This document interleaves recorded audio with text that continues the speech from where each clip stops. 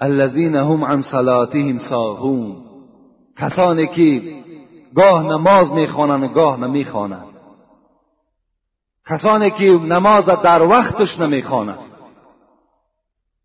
کسانی که در نماز بی پروا هستند، کسانی که روز نماز ترک میکنند لکن بیگاهی قضا میخوانندش، بیگاه قضا میخوانندش. انا همین ویل برای اونهاست، برای کسایی که در نماز بی پروا هستند، برای کسایی که نماز قضا میکنند، برای کسانی که نماز از وقتش گذرانیده بد میخوانند، اینها را خداوند ویل گفت. السلام علیکم دوستان عزیز. آیا شما برای گذشتن از سرحد دشواری میکشید؟ مهلت حجت‌هایتان به آخر رسیده است. پس من برای شما خدمت رسانی شرکت نور محمد را پیشنهاد میکنم. با ماشین‌های نو و زمانوی، با باوری و اعتماد کامل، توسط رانندگان مرد و زن، شما را از منزل استقامتیتان تا خط سرحد برده برای عبور مرز مساعدت می نمایند. یادآور می شویم که اگر شما از نام شبکه حاجی میرزا مراجعت نمایید، برایتان تخفیف ارائه کرده می شود. رقم ها برای تماس: جمع 7 926 319 59 61. سلام علیکم برادرو. بسیاری شما دارو برای گرده میگفته. مرحمت برادر ای فیلم شفافرما به شما پیشنهاد میکنم، هم برای سنگ نمک گرده، همچنین برای وسپلینش. مرحمت زنگ بزنید، به همه شهرها دسترسی میکنیم. سلام دوستو، به شما سمیوان کورس لیچنش پیشنهاد میکنم. کورس لیچنش 8 تا 12 کیلوگرم وزن میکنه و از موج بشمش تا 15 کیلوگرم. همچنین گردش خون تیز میکنه، تنه را به خود میکنه، ماشین مسنمیتی. مرحمت به شرکت شفافرما زنگ زده، شرکت شفافرما مراجعت کرده به متخصصاش داروی خود را دسترس نمایید. اونایی که نماز از وقتش گذرانیده بد میخوانند، اینها را خداوند ویل گفت. من ترک صلاة حتی مضى وقتها ثم قضى عذب في النار حقبا. با حدیث خوب توجه کنید. رسول اکرم میگوید کسی که در دنیا نماز ترک میکند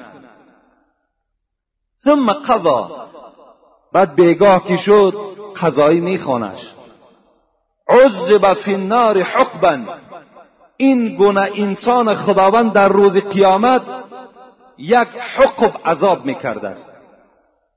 از پیغمبری خدا پرسیدن حقب چیست؟ حضرت گفتن 80 سنه. برای یک نمازی که وی قضا کرده است، برای یک نمازی که وی در وقتش بی پروایی کرده است، خداوند در قیامت 80 سال عذابش میکرده است. الحق 80 سنه. پیغمبر گفتن 80 سال برای یک نماز قضا کرده خداوند عذاب میداده است. السنه، باز رسول اکرم دوام دادن، السنه 360 یوما. یک سال پیغمبر خدا گفت میدانین که 360 روز است، لکن حضرت گفتن روزهای قیامت، گفتن یک روزش 1000 سال این دنیا را برابر می شود. یک روز قیامت برابر 1000 سال این دنیاست. در کتاب در زیر همین حدیث صاحب کتاب خود رقم مانده است. گفته است برادرای عزیز، گفته است بیدار شوین که برای آدمی که نمازش را قضا میکند، برای آدمی که در وقتش نمازش نمیخواند، کار دنیایی برای او با ذوق شوق پیدا می شود و نماز بعداً میخواند، حضرت گفتن 80 را به 360 ضرب کنید و بعداً حاصل اینه به 1000 ضرب کنید، در آخر برآوردن رقمش 28800 سال برای یک نماز قضا عذاب کرده میشه. 28,800,000 سال. گفتن برای یک نمازی که انسان بی پروایانه قضا میکنه. پس وای به حال بی نماز. وقتی آدمی که در نماز اینقدر بی پروا باشد، قضا خواند، 1000 عذرهای بی معنی را پیش میارد، لباسم بی نماز است، کار مشکل است، آب طهارت نیست، وقت خنک است، بعداً میخوانیمش. وقتی که اینقدر سالی دراز برای عذاب باشد، پس وای به آدمی که در دنیا بی نماز از دنیا میگذرد، وای به حالش، چه عذابی سخت دردناکی برای او منتظر است. البته آگاه باشیم که هر چیزی که در دنیا شما کاری دید، حاصل وی در قیامت همون گونه میبرداریم. حضرت لقمان حکایه میکنن که بار مولاش گفت که لقمان گفت امسال گفت برای من جو بکار، جو. حضرت رفته در زمین کنجید پرتافتند. وقتی که حاصل شد، حضرت کنجید را درآویدند و نزد مولا بردند و گفتند، مولا گفتند حاصل برداشته شد. حضرت آمدن نگاه کردن مولای لقمان که خوابچه ها پر از کنجید است. گو من بر شما نگفته بودم که برای من این سال جو کارید؟ حضرت لقمان گفتند من تصور کردم که اگر کنجید در زمین پرتافته شود شاید که حاصل جو شود. این مولا گفتند تو ابله بودی، تو بی عقل بودی، نخواد که کنجید در زمین پرتافته شود و حاصل جو برداشته شود. گفتند من ابله نیستم، بلکه شما ابله هستید، زیرا که چگونه که شما گناه میکنید و باز دائم در زبان شما این است که من فردا وارد جنت میشوم، من هم تصور کردم که اگر کنجید پرتافته شود شاید که حاصل جو گردد. یعنی وقتی که انسان گناه میکند، بینمازی میکند، باز امروز در بین ما و شما یک شعار است، همین دل تازه باشد.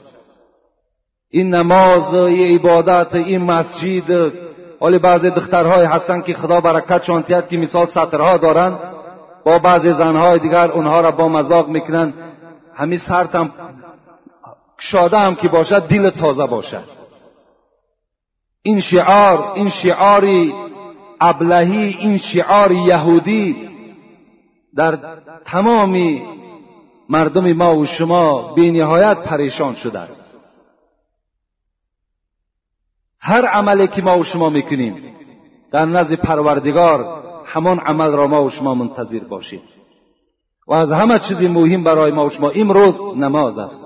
رسول اکرم میگوید مروا اولادکم بالصلاة و هم ابناء 7 سنین واضربوهم و هم ابناء 10 و فرقوا بینهم فی المضاجع. به همه شما امر میکند پیغمبر، تمام پدرهایی که فرزندهای نرینه و مادینه داریم، دختر داریم، بچه داریم، پیغمبر خدا میگوید ای مردها، ای پدرها، ای مادرها، فرزندهاتان در 7 سالگی نماز خوان کنید. پدرهای عزیز، فقط نماز در ذمه شما فرض نیست، یا این مسئولیت خیلی کلانی هست که شما از پشت این فرزندها در نزد پروردگار جوابگر هستین. دخترها و بچه ها را امر به نماز کنین. پیغمبر امر دارد مروا اولادکم، امر کنید فرزندهاتون. سحر که خود خیستی بیدارش کن، دلت باوی نسوزد، بیدارش کن. 7 سالگی در رسول اکرم گفتن امر به نمازش کنین. واضربوهم و هم ابناء 10.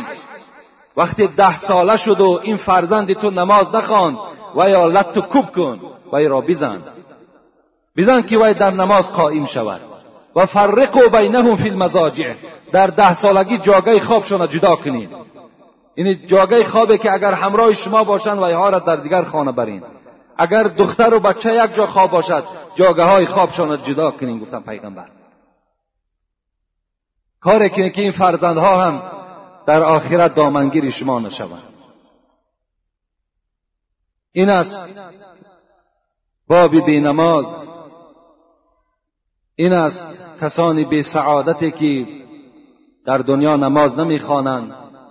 یعنی این گونه وعیدها و این گونه عذابها برای هر کدام او چی هست؟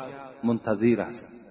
خوش به حال همون برادرانی که یعنی به هیچ حالت نظر نمیکنند، دائم با نماز هستند.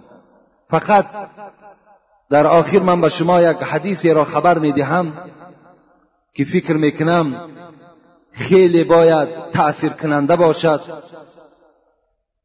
و خیلی باید که شما را از خواب بیدار کند، که حدیث از پیغمبر خدا که من احرق 70 مصحفا، اگر در بین شما یک نفر پیدا شود و 70 دانه قرآن را در آتش بسوزاند. البته ما و شما چی گناهی وزنینی هست و چی جمله مشکلی هست که انسان باید تلفظ کرده نمیتواند. اگر شخص در بین ما و شما پیدا شود که 70 قرآن را سوزاند، قرآن خطا خواندنش گناه است، قرآن بی طهارت قپیدنش گناه است، اینها وقتی گناه باشد پس سوزاندن او را شما تصور کنید که چند قدر گناه است. وقتی سخن خدا را تو در آتش بی پروایانه می سوزانی. من احرق 70 مصحفا، کسی که اگر 70 قرآن را در آتش بسوزاند و قتل 70 نبیا، اگر کسی که بعد این 70 دانه قرآن سوزاندن باز قرار نگرفت و 70 پیغمبر را به دست خودش قتل کرد. ببینید، یک آدم قتل کردن، و من یقتل مؤمنا متعمدا فجزاؤه جهنم خالدا فیها غضب الله علیه ولعنه و اعد له عذابا عظیما. خدا در سوره نساء میگوید اگر یک تای شما یک برادر مؤمن قتل میکنین، خداوند میگوید که این قاتل، این آدم کشه، خالدا فیها، من در دوزخ مخلد میگذارمش، میستد ابدی در عذاب دوزخ گرفتار میشود. ولعنه، من لعنت خودم به این قاتل میرسانم و غضب خودم را بالای این قاتل میرسانم و برای آمدن این قاتل در دوزخ چه عذابهای گوناگون منتظر هست.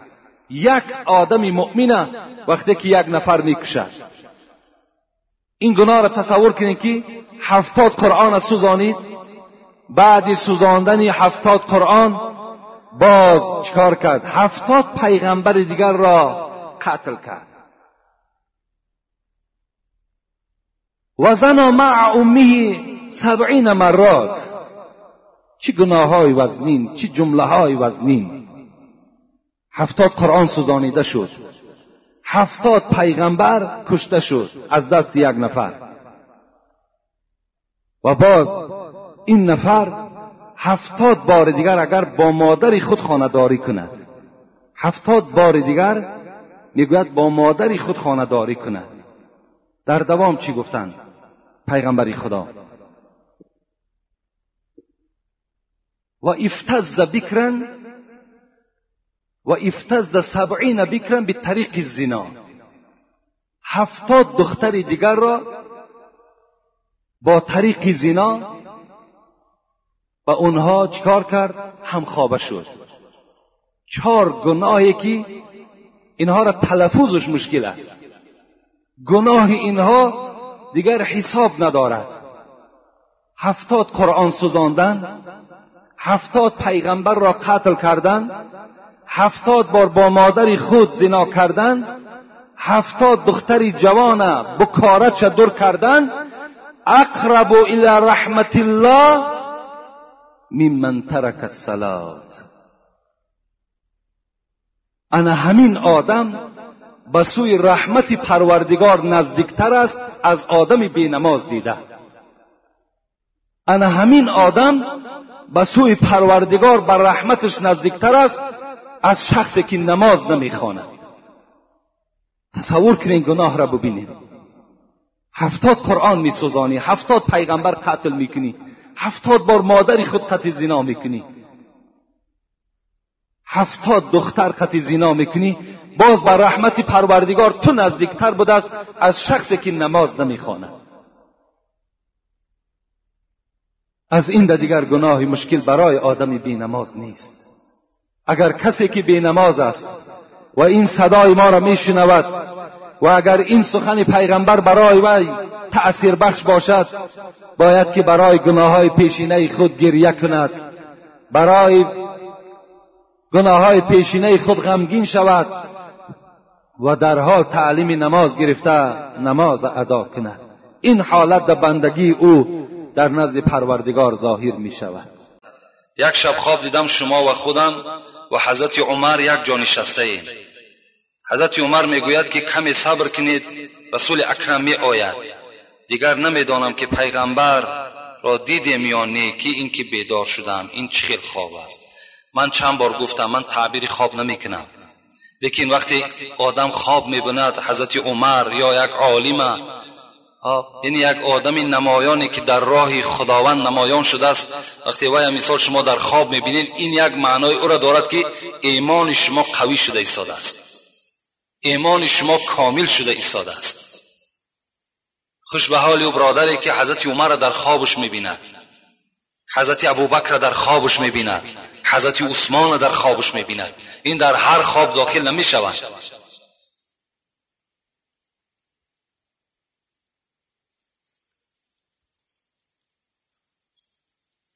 داملای شیرین سخن عزیز خداوند، سخن از خداوند و بعد از جماعه مسلمین که در حق فرزندان همه و در حق فرزندان من دعای خیر کنید که دعا طلب کردن از غرب و مهربانی های پدرشان. یعنی برادرایی که در سفرها هستند، تحصیل علم میکنند یا برای رزق روزی رفتن، خدای مهربان آنها را صحت سلامت برده، صحت و سلامت به خاندان برگشته و آمده در جمعیت و در دین خدمت کردن را خدا نصیبشان بگردانی. آمین یا رب العالمین. السلام علیکم داملای محترم. در محله ما داملا امام تسبیح بعد نمازها را بلند نمیخواند. قوم در حیرت ماندند از ترس ملا امام آیا بخوانیم یا نه.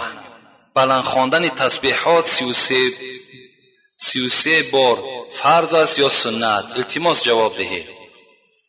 حضرت ابو هریره میگوید قال رسول الله صلی الله علیه و سلم من سبح الله فی دبور کل صلاة 33 و حمد الله 33 و کبر الله 33 و تمام المئة لا اله الا الله وحده لا شريك له له الملك وله الحمد وهو على كل شيء قدير غفرت خطاياه وان كانت مثل زبد البحر.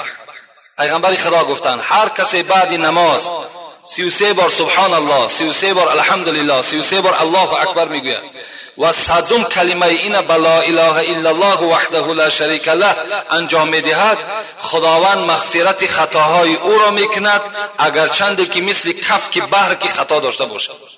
از این خاطر ملا امام هم که گفت شما هم برابر ملا امام همان تسبیح ها را گفتن بگیرین. خواه نماز بعد نماز شام هم شما تسبیح ها را بگین، بعد هر یک نماز تسبیح ها را بگین.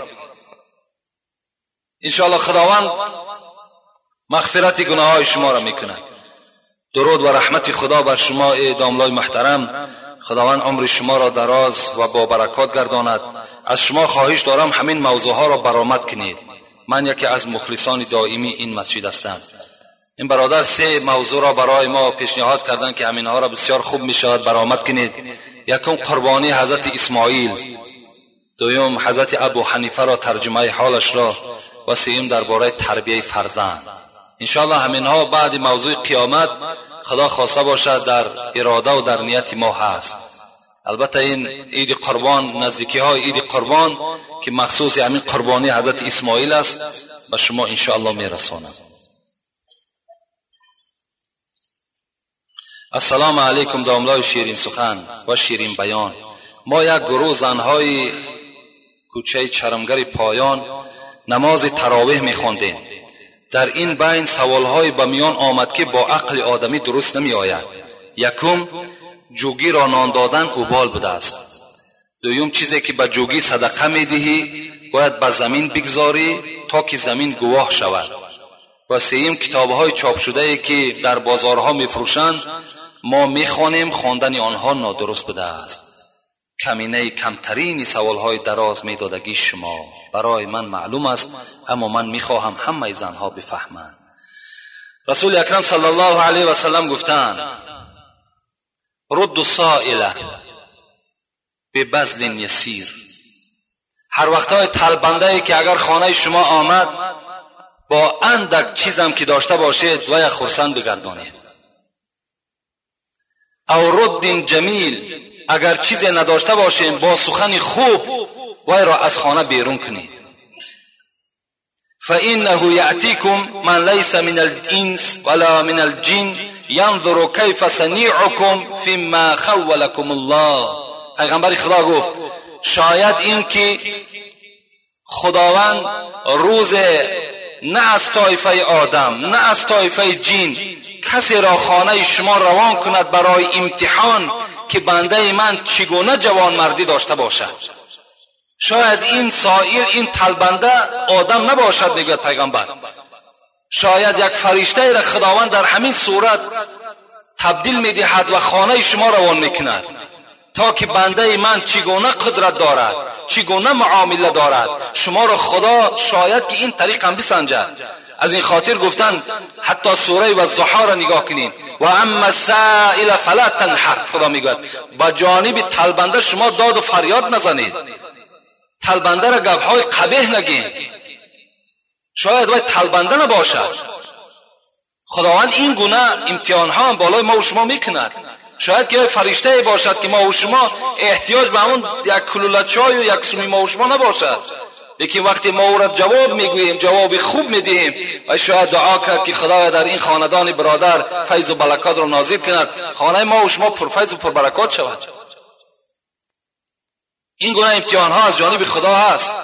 اینجا وقتی من کم مانده است، اینجا سوال های زیاد است.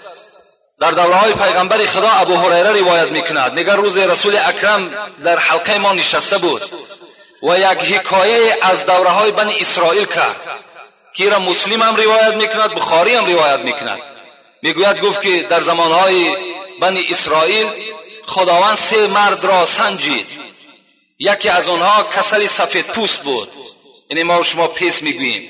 یکی از آنها میگوید موی سر نداشت، کل بود. و سیومش میگه نابینا بود. این 3 طایفه را میگه خداوند یک سنجش گذرانید. چگونه؟ ملائکه را روان کرد نزد این آدم سفید پوست و گفت ای مرد خدا چی میخواهی؟ چی خواهش داری؟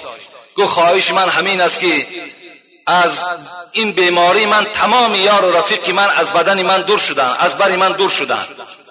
میخواهم که یک شفای خداوند بر من نصیب بگرداند. این ملائک میگه دست خودش در همون بدن همون مرد دوان و مثل اوله چکار شد؟ پوست اوله اشغال کرد بدن او را و بعد گفت از نعمتهای دنیا چی میخواهی؟ گفت میخواهم که یک شتر را صاحب شوم.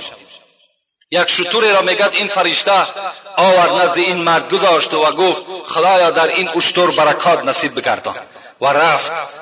چنان میگه برکاتی شد که دشت ها پر از شتر شد. رفت پیش این آدم بیموی، از اونم سوال کرد. این مرد هم چی گفت؟ میخواهم که دعای کنی که همین موی من مثل موی اول و جوانی هم بگرده.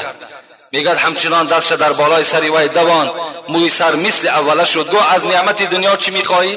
گفت میخواهم که صاحب یک گاو باشم. حالا میگه یک گاو برای او آوردن دادن و دعا کردن خدایا در این گاو مال تو برکت شود. دشت ها پر از گاو مال شد. میگه آمدم پیش آدمی نابینا، گفتم تو چی میخواهی؟ گفت میخواهم که یک بینا و یک روشنی را مشاهده کنم، یک یار رفیق با یک دیده بینا بینم. میگه دست خودش دوان بینا شد و گفت از مال دنیا چی میخواهی؟ گفت برای من یک گوسفند باشد بس است. حضرت میگه دعا کردن، بیشه ها و دشت ها پر از گوسفند شد. از این بین چند سال گذشت. من برای سنجش الهی را بینین آمد، میگه همین فرشته را خداوند روان کرد که رفته اینها را یک از امتحان گذران که اینها چی بودن و چی شدن. وقتی آمد پیش این آدم سفید پوست گفت من مسافر هستم، همون فرشته، من مسافر هستم، احتیاج به یک اشتر دارم تا که به منزلم صحت و سلامت برسم. این مرد گفت، انسان گفت من قرضدار هستم، من تو را هیچ چیز از شتر دادن نمیتوانم. گفت این فرشته بر او گفت من تو را میشناسم، تو همون آدم سفید پوست نبودی که خداوند تو را شفا داد؟ آیا تو همون فقیر نبودی که این دشت ها همه از دعای همون یک فرشته برای تو نصیب شد؟ نه گفت اینها همچنان نبود.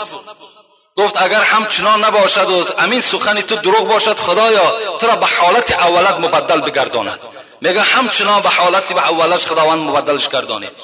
آمد نزد همین آدم بیموی و این معامله را با او هم گفت. او کس گفت این گاو و مالی که میبینی اینها، گفت نه، گفت اینا را خدا نه بلکه اینا میراث پدرم بودن. گفت حضرت میگه دعا کردن اگر خدایا گفتن همین گپی تو دروغ باشد، خدای تو را به حالت اولت مبدل بگرداند.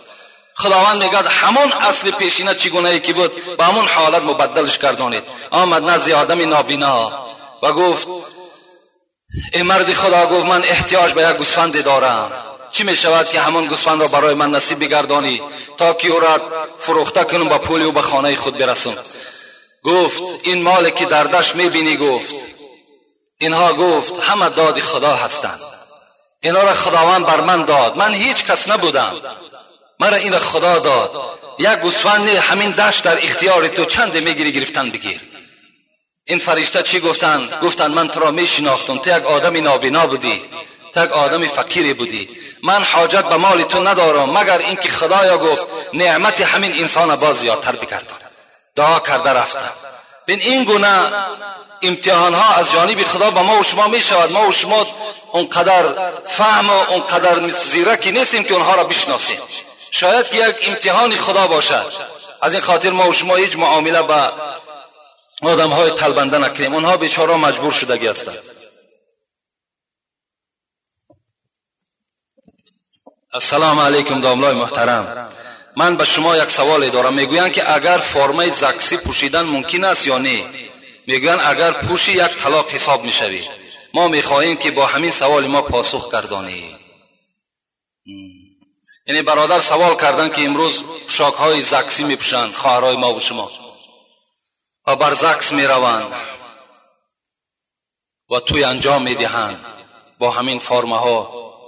آیا همینجا یک طلاق همین نکاح در واقع می شود یا نه؟ گفته سوال داده است. اگر شما یک طلاق گفته باشین، من میگم 3 طلاق می شود. شرمندگی است، باور کنین، عیب است. این لباس ما و شما نیست. اگرچه ما و شما ملاشیم از این سخنها. بیایید خانه پیغمبر خدا را ما برای شما حکایت میکنم. بنی تمیم گفتگی یک قبیله بود. پیش پیغمبر، پیش عایشه آمدن، مادر ما و شما، زن پیغمبر خدا آمدن و حضرت عایشه وقتی که میگه لباس های این بنی تمیم دید که خیلی شفاف بود، خیلی تنوک بود، یعنی بدن نما بود. میگه حالت حضرت خیلی تغییر یافت و گفت این کنتون مؤمنات فلیس هذا بالثياب المؤمنات. ای مادرای عزیز، گفت اگر شما دعوا کنین که ما مسلمان هستیم، ما مؤمن هستیم، این لباسی که شما در بر کردین این نشانه مؤمنی و مسلمانی شما را نشان نمیدهد. این نشانه اون نیست که تو دعوا کنی دعوای تو دروغ است، تو مسلمان نیستی، تو مؤمن نیستی وقتی این لباس ها را تو در بدن خود میکشی. تازه عروس میگوید یوسف قرضاوی در فقه معاصرش میارد در باب لباس زنها. یک تازه عروس پیش عایشه صدیقه آمدند و میگه در بدن شاید که همین لباس های پرده هایی که امروز خواهرای ما و شما را شرمنده کردند، اینا را از ملک غرب برای ما و شما آوردند که اینها بپوشند، اینا مثل ما پیرو شوند، اینا مثل ما دوزخی شوند. همچنان لباس میگه در برش بود. حضرت عایشه چی گفتند؟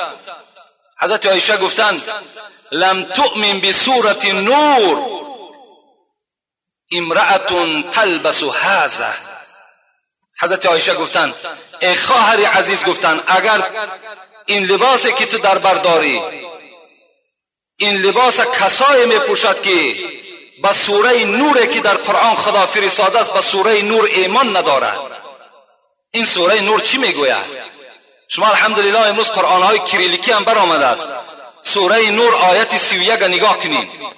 خداوند میگوید ولا یبدین زینتهن الا ما ظهر منها وليضربن بخمورهن على جيوبهن ولا يبدين زينتهن الا لبعولتهن صدق الله العظیم. خدا میگوید ای خواهران، ای بندگان، شما وقتی لباس میپوشین لباسی بپوشین که بدنهای شما نتابد. وقتی رویمال در سر میاندازین چنان رویمال اندازین که گردن و گوشهای شما را بپوشاند. تفسیر نصفی نزد من است، حنفی مذهب است. حضرت میگوید در اینجا مطلب خداوند این است که گوش، گردن، دستها، بازوهای زن همه اینها ستر هست. اینها را خدا گفته ایستاده است که باید که انسان چیکار کند؟ باید اینها را پوشیده بگرداند. اگر ایمانی بر خدا داری، ایمانی به سوره نور داشته باشی، این لباس ها را اصلا در بدن نمیکشی. و وای به حال هم برادرایی که همین لباس ها را از راههای دور میگیرن میارن و سبب گناه کردن همین مردم مسلمانی کولابی ما و شما میگردن. در گناه کردن چیکار میکنند؟ یاردم میکنند.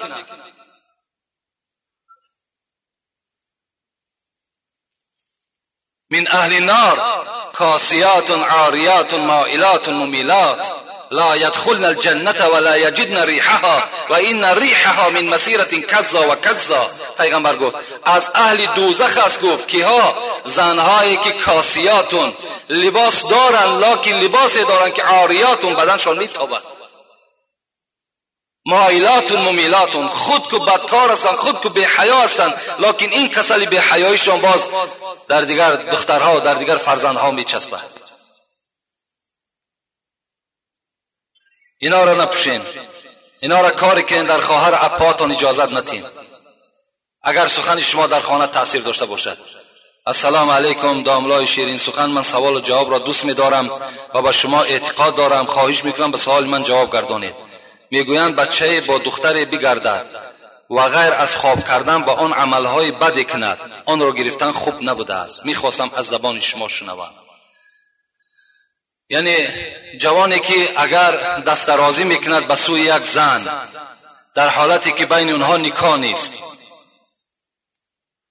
اگر چندی که با او همخوابه هم نشده باشد، همان دست درازی تو هم زنا هست.